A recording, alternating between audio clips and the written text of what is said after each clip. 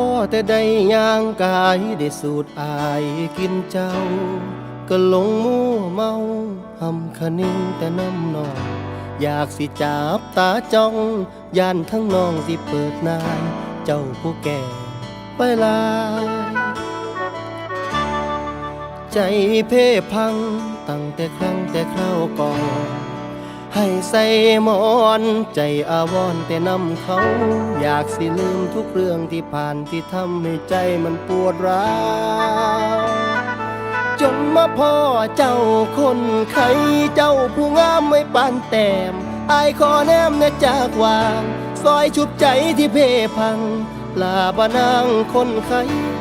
สิเป็นไปได้บ่ท่านอายสิขอไปเคียงกายท่านเจ้าบ่มีภัยคันได้นางมาเคียงข้างสิขอหักนางไปจนแก่โปรดรับใจเอาไว้แน่ให้เจ้าแลในเด้อคำยามหนาวไอ้กะสิกอดยามนอนไอ้กะสิหอม